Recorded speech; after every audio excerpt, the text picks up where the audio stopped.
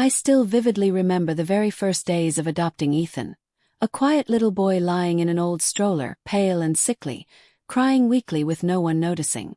That boy fought for his life from the very first moments of his existence, and I, a lonely woman without a husband or children, chose to give him my whole heart, bringing him home, nurturing and loving him as my own flesh and blood. But who could have imagined that after so many years of giving, I would receive such painful betrayal in return? In the beginning, everything was as beautiful as a dream.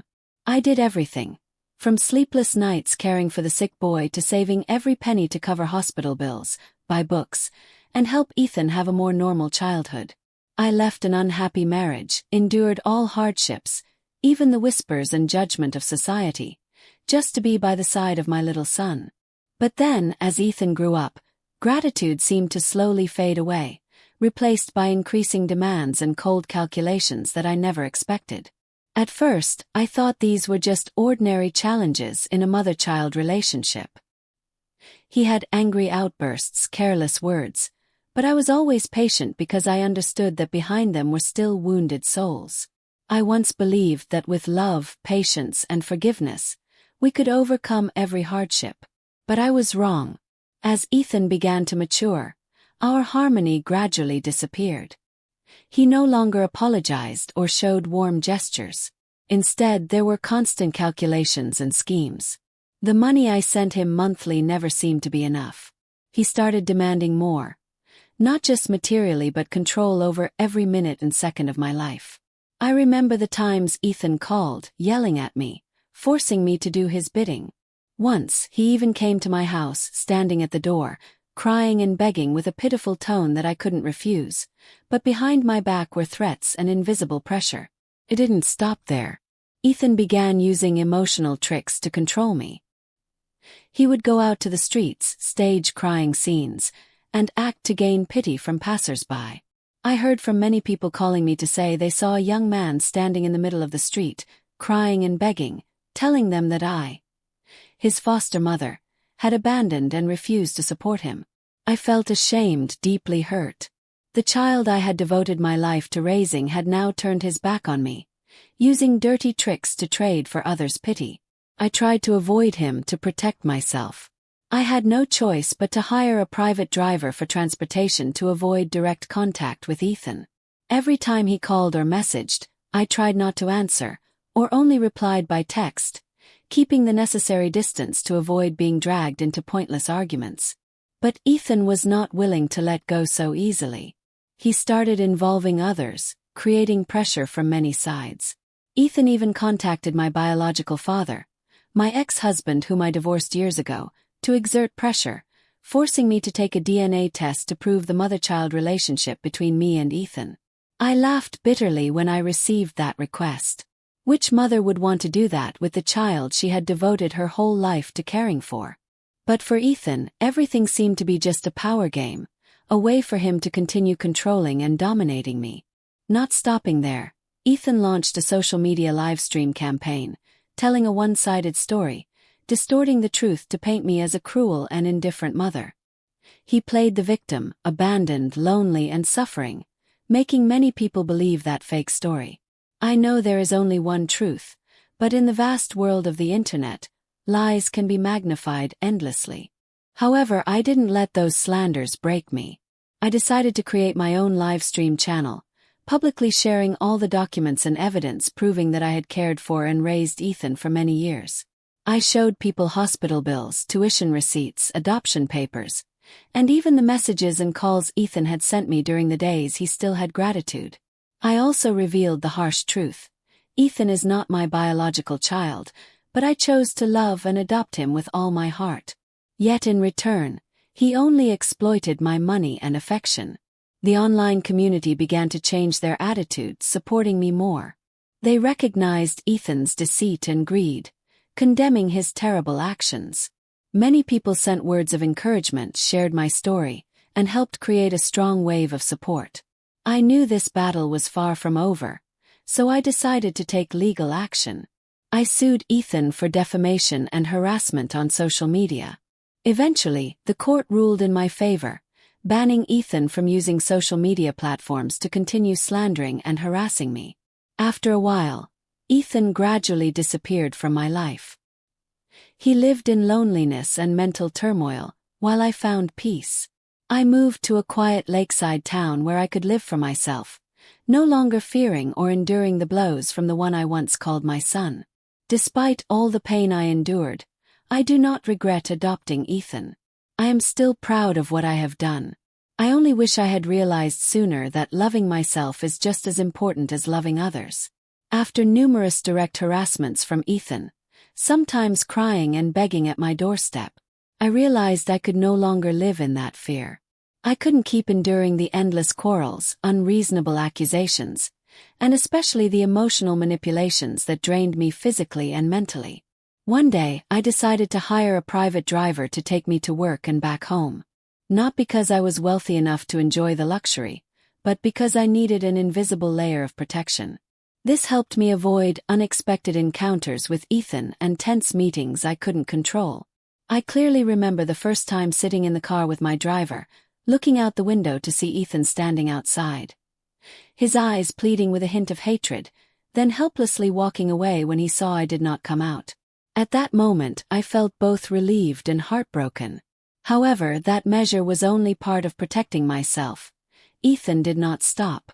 He began contacting others to put pressure on me. Among them was someone I never expected. My biological father, my ex-husband whom I divorced long ago. Ethan called him, telling unpleasant stories about me, persuading him to side with him and force me to take a DNA test to prove our mother-child relationship. I knew that not only hurt me deeply but also put enormous psychological pressure on me. I once thought the DNA test was just a paperwork procedure. But for me, it was a direct blow to my pride and emotions. Not because I feared being exposed, but because I felt cruelly betrayed. Unable to endure this mental torment, I decided to face it. But this time I was not alone. I began learning how to use technology and social media to protect myself and tell my own story before the truth could be twisted. Ethan, with his deceitful and cunning nature, did not stop at personal pressure games. He launched a live stream campaign on social media platforms, telling the story his way, turning me into a cruel, heartless, even irresponsible foster mother. He skillfully painted himself as a victim, abandoned and mistreated, causing many to feel pity and take his side. I immediately recognized the danger of this campaign because, in the online world, lies can spread rapidly and create uncontrollable effects. At first, I felt confused and helpless. But only for a short while. I knew that if I let the truth be overshadowed by slander, not only my personal honor but my entire life would be severely affected.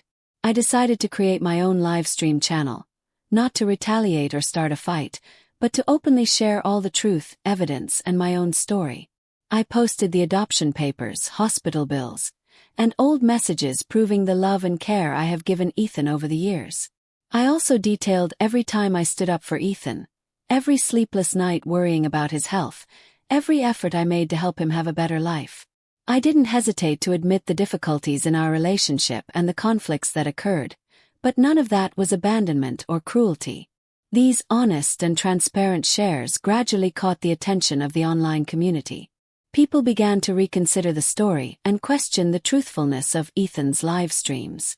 Comments shifted from doubt to support, encouraging me to keep standing up for the truth.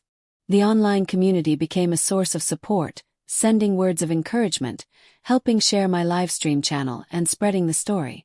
The pressure on Ethan grew stronger. Many spoke out against his exploitation of affection and money, exposing his deceptive tricks to fool the public. I felt strengthened. The dark, gloomy days gradually gave way to a light of hope. I realized that no matter how hard things get, people still believe in truth and justice. However, I never forgot that the legal battle was still ahead. I decided to hire a lawyer to sue Ethan for defamation and social media harassment, seeking damages and requesting the court to ban him from using platforms to cause further harm. It was a difficult process, requiring great patience and courage. But in the end, the court ruled in my favor. Ethan was ordered to stop the harassment, and his social media accounts were permanently locked. For the first time in many years, I felt protected, recognized, and most importantly, able to live in peace. Life no longer involved crying, begging, or street antics. I could live without feeling threatened or suffocated. After the court's decision supported me, Ethan gradually disappeared from my life as well as from social media and the media. At first, I still felt a sense of loss and worry for him. A part of me still cared for the son I once had, even though the recent years were full of pain and hurt. But gradually, I realized that Ethan's disappearance was the best thing that could happen. He no longer had control over me and could no longer use tricks to suffocate my spirit and life. Some time later, I received information from an old friend about Ethan's condition. They said Ethan had left the country, fled to Canada, living a wandering, aimless life, often appearing in short videos looking disoriented and lost, no longer the strong man he once was. Those images saddened me, not out of pity, but because I realized he had destroyed his own life through poor choices. Meanwhile, I began a new life in a small lakeside town, a place peaceful and quiet. I sold the 2 villas I had bought during stormy times, earning enough money to live comfortably without worry. Here I could plant flowers, paint, and enjoy every peaceful afternoon. Life was no longer weighed down by pressure or prolonged suffering. Many people still ask if I regret adopting Ethan. I always answer, no, I do not regret it. I only wish I had realized sooner that I also needed to protect myself. Loving and giving is never wrong, but it must always be accompanied by self-respect and self-protection. Now I live for myself, learning to appreciate myself, to live happily and joyfully. The painful past is a part of my life, but it is not my whole life. I know I have become stronger, more mature, and most importantly, free.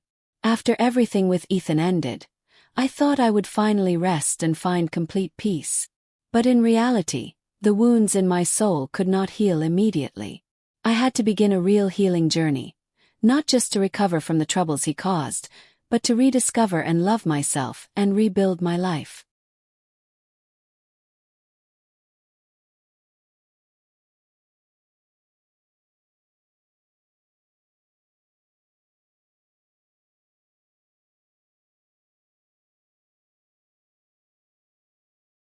The first day I moved to the small lakeside town, I felt the difference clearly.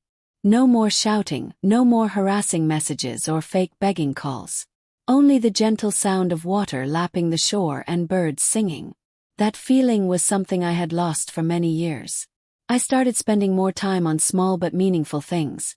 Watering each flower pot, painting landscapes, reading favorite books I never had time to open before. Every day, I felt life passing more gently, my soul less tense. I also began seeing a psychologist because I knew long-lasting emotional wounds needed proper healing. Through sessions, I learned to forgive myself for trusting too much, for not knowing how to protect myself sooner. That was an important step so I could move forward without carrying the heavy burden of the past. Besides that, I also opened up to new friends in the town. They knew nothing of my past, and I chose not to share much. To them, I was just an ordinary woman who loved nature, enjoyed painting, and cherished tranquility. Simple meetings, cozy dinners, walks by the lake. All created a humble but meaningful life. Gradually, I realized that it was the painful experiences that helped me grow and become more resilient. I began keeping a journal, recording every emotion, thought, and lesson I learned. Writing helped me reflect on myself and accept every aspect of life without fear. Sometimes I asked myself, is it possible to love again after all the pain? The answer was yes, but not to love others first, but to love myself first. I learned to care for myself as I would care for a closest friend, with patience, gentleness, and respect. And I realized finally I had found what I needed. Not recognition from anyone nor endless giving, but peace within my soul and the freedom to live life on my own terms. After months of peace in the lakeside town, my life gradually regained balance. Not a simple, quiet life. I began to realize I needed to do more. Not only to keep peace for myself but to transform wounds into strength, to truly live for myself. I was no longer the self-sacrificing adoptive mother I once was. Instead, I became an independent, strong woman who knows she deserves to be loved the right way. I started planning for the future, a future where I am at the center. First, I decided to use the skills and experience I had accumulated during my hardworking years. I enrolled in advanced painting classes to nurture a long-hidden passion. Painting became a spiritual therapy. Each brushstroke expressed a released emotion, a part of my story told from the heart. Moreover, I opened a small art class in town for those who share the passion or want to find peace through art. Gradually, the class grew larger, becoming a warm little community where people shared not only paintings but also life, challenges, and hopes. In addition, I started writing a blog recounting my journey, from the days of wholeheartedly being an adoptive mother to the struggles I faced, and finally to the healing journey. First, I only wrote for myself to sort out my thoughts and emotions. But unexpectedly, that story touched many hearts. I received messages of thanks and shared stories from readers, people who were also struggling to find themselves again. Sharing became my new mission. I was no longer a passive sufferer but had become a source of inspiration, giving strength to those who felt lost. I organized small talks, sharing my experiences on how to overcome family crises, how to love and protect yourself. I realized that through the wounds I had endured, I could help others avoid falling into the same traps. I learned to use my story as a guiding light to illuminate the dark paths of others. Alongside that, I took better care of my physical health. I practiced yoga, meditation, and took morning walks by the lake. A healthy body helped lighten my soul and sharpen my mind. I learned that physical and mental health are deeply interconnected. Sometimes I looked back at an old photo of Ethan and me when he was little, a photo I kept as a treasure. I felt a gentle sadness, not from hatred or pain, but from compassion for what had passed, for broken dreams, for hopes that never came true. I also gradually opened my heart to love from new friends, even from a few kind men in town. But this time I knew I had to keep my boundaries, to value myself before giving love. I didn't want to lose my way again. Life is not always perfect, but now I can face every challenge with new confidence and strength. I am no longer the woman who sacrificed her whole life for someone who didn't appreciate her. I am a woman of my own, someone with the right to choose to say no, and to be happy. At night, when the lights outside the window shimmer, I sit by my desk, gazing at the peaceful scene, feeling my slow breathing, and knowing that I have truly found a home within my soul. If you are listening to this story, I want to tell you, never be afraid to love yourself. Don't let anyone make you feel unworthy. Everyone has their own value, and no matter what life throws at you, you deserve to live happily and peacefully. I still remember what a friend once told me. Happiness is not a destination, but a journey. And now, I am happy because I am walking that path, with steady feet and a resilient heart. That is my story, a story of love, betrayal, struggle, and ultimately rebirth. And if possible, I hope it becomes a source of motivation for you on your own journey. My life after ending the painful relationship with Ethan was not just about recovery, but a long journey of awakening, self-awareness, and growth. When one door closed, many new doors opened, bringing deep lessons I had to pay for with tears, pain, and loneliness. One of the most important lessons I learned is that self-love is not selfish. It is a prerequisite to giving true and lasting love. I used to think that sacrificing everything for Ethan was true love, but in reality it was a serious imbalance. I neglected myself and ended up being used and hurt. I began studying psychology, reading about personal boundaries, and gradually realized the importance of setting clear limits in relationships. Boundaries not only protect me from violation but also help me respect and love myself properly. Learning to say no was a challenging process. There were times I felt guilty refusing others' requests or demands, especially when they were close family or people I once loved. But then I realized I can't sacrifice myself to please everyone. I have to stand up for myself, and only when I protect myself can I truly help others without hurting myself. Along this journey, I also realized forgiveness plays a very important role. Forgiveness is not about forgetting or accepting the hurt, but about freeing yourself from the burden of anger and resentment. I learned to forgive Ethan, not to accept what he did, but to free myself from the painful past. To support my mental well-being, I began joining support groups and therapy sessions, where I met others who had gone through similar wounds. We shared our stories, learned how to face our emotions, and rebuild our lives. The feeling of no longer being alone made me stronger, and I realized I was not the only one on this path. Additionally, I learned that staying connected with nature soothes the soul and boosts mental health. Early mornings by the lake, evenings watching the sunset, or weekend walks along lush forest trails, all became wonderful healing therapies. I gradually grew to cherish the simplicity and peace that nature brings. Moreover, I started journaling every day. Not just recording events but writing down my feelings, thoughts, things I'm grateful for, and challenges I needed to overcome. Writing helped me understand myself better, see issues more clearly, and have a more positive outlook on life. Alongside that, I focused on physical health. I practiced yoga and meditation daily to keep my mind calm and my emotions balanced. I paid attention to my diet, rest, and exercise to maintain the best possible condition. I realized health is the foundation for building a fulfilling life. After all these years, I clearly feel the change within myself. I have become more resilient, learned to appreciate myself, and live a fuller life than ever before. I no longer fear new challenges or hesitate to stand up for myself. I also gradually opened my heart to those around me, building new relationships based on respect and genuine love. I learned effective communication, not avoiding problems but working with others to find solutions. I know that a happy life comes not only from independence but also from positive connections with the community. My new life is not perfect. There are still gloomy and difficult days, but I am no longer weighed down by the past. I have learned how to get up after falling, how to learn from mistakes, and how to move forward with faith and hope. I want to share this story not to complain or dwell on the past, but to inspire those who feel stuck, hurt, or abandoned.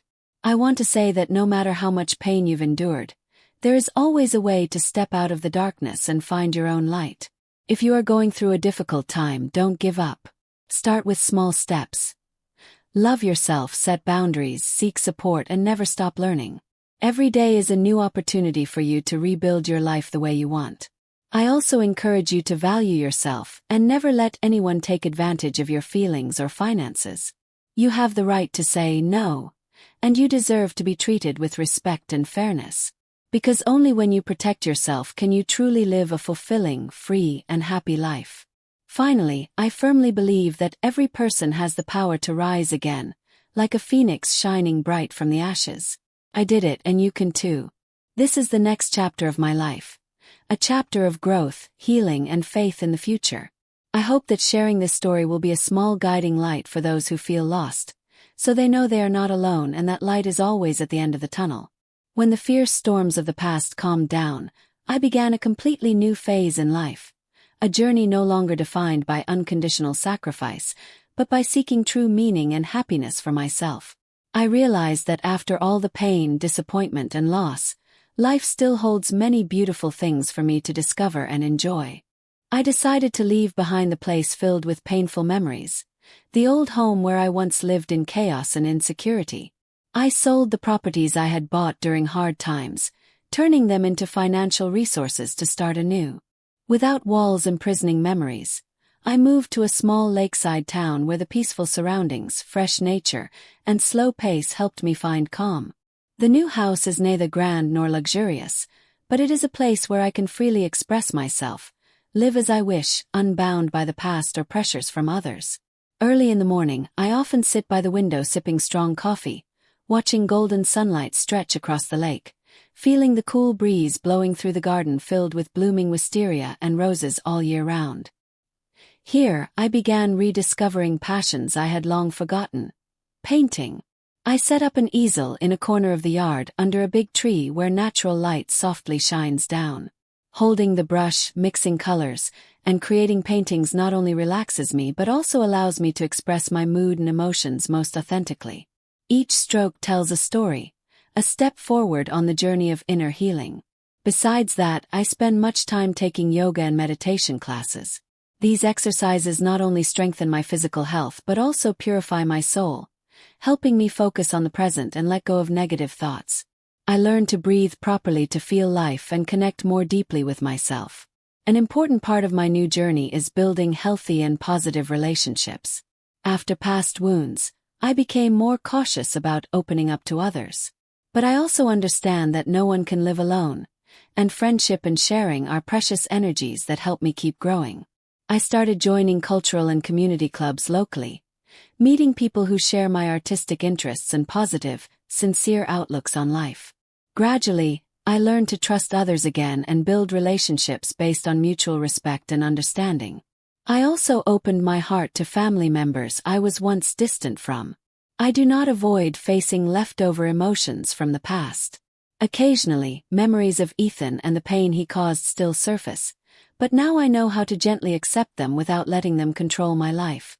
I have learned to forgive myself for past mistakes and forgive others as a way to free myself. Moreover, I began setting new goals for my life. I want to live not only for the present but also for the future, creating a meaningful and valuable life. I plan to open a painting class for older adults, where they can find joy and creativity just as I have found through art. I also want to share my story to inspire and help those who are struggling just like I once was. I write a blog about my journey of healing and self-growth, where I share lessons, experiences, and useful tools to overcome life's difficulties.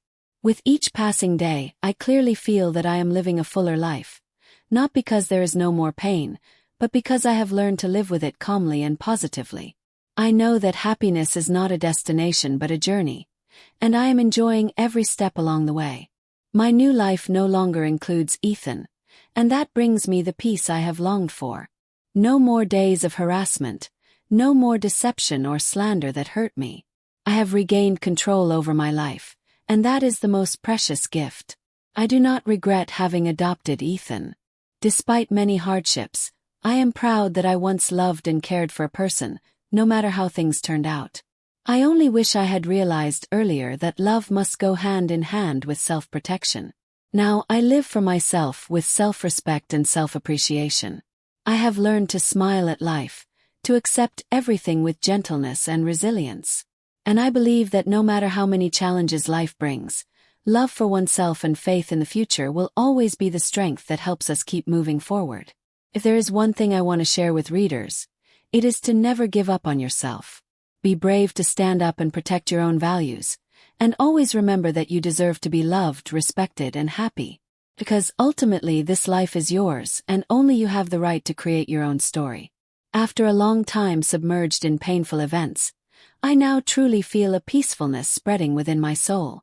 The new life in the lakeside town is not just a refuge but also a starting point for a journey of rebirth, where I gradually gather the fragments of myself to build a fuller future.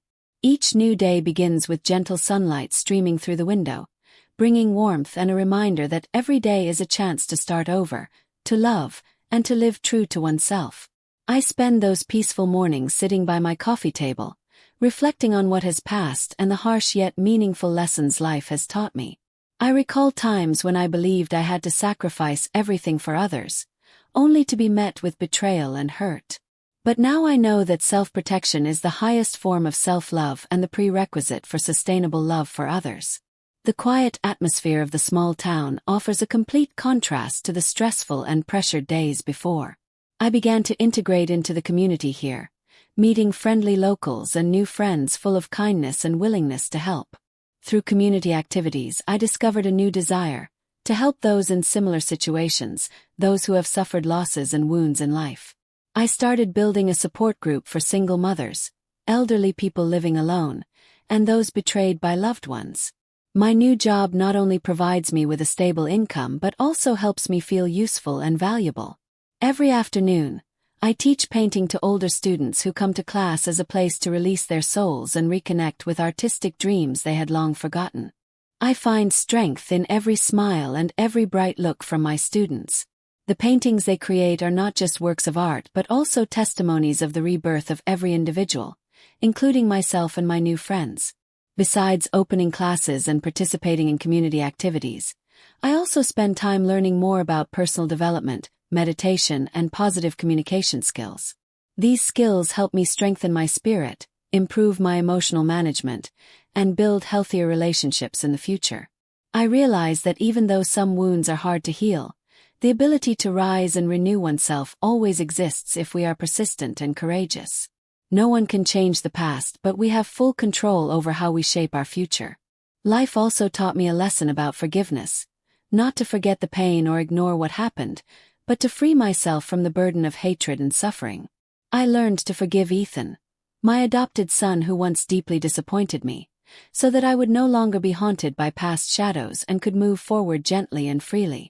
There were moments when I asked myself, was everything I went through a necessary lesson for me to grow and live authentically? The answer was always yes, even when I wanted to give up or let go. As time passed, I began to think about unfinished dreams and goals I never dared to set before, out of fear of obstacles or pain.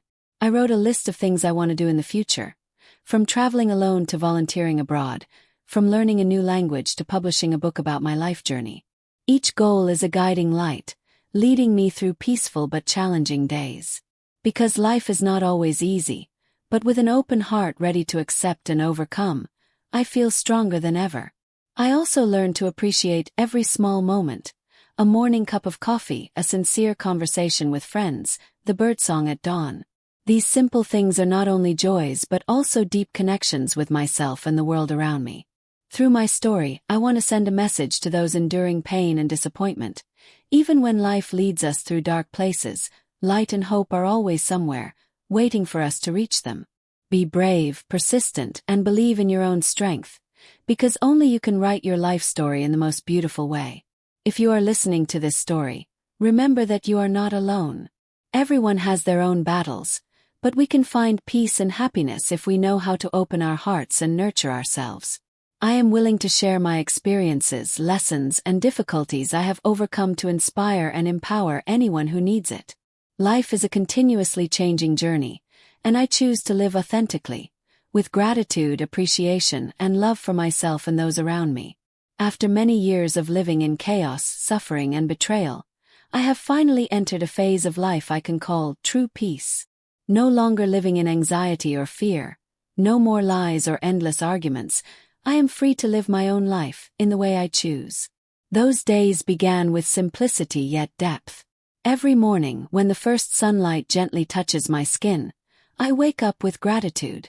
Grateful that I am still here, still have the chance to start over, to love and be loved, but in a different, healthy, and genuine way. I spend more time on myself, on things I used to neglect or put aside because of troubles and invisible pressures. Painting is no longer just a job or hobby but has become an indispensable part of my life, helping me heal emotional wounds.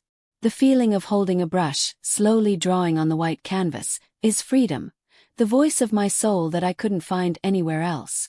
Not stopping there, I began setting new goals for myself, challenging but full of hope. I enrolled in courses on meditation, personal development, and emotional management. Each day, I feel my mind becoming lighter, the burdens in my heart gradually unraveling. I learn to listen to myself, to know when to rest and when to push forward.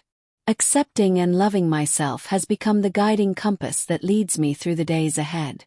One of the biggest changes is that I learn to reconnect with those around me more sincerely and deeply. Relationships that were once full of doubt and pain have gradually healed or been replaced by new friendships. People who truly understand and empathize with me. I also realize that opening up and sharing my story not only helps me release but also inspires and empowers those facing similar circumstances.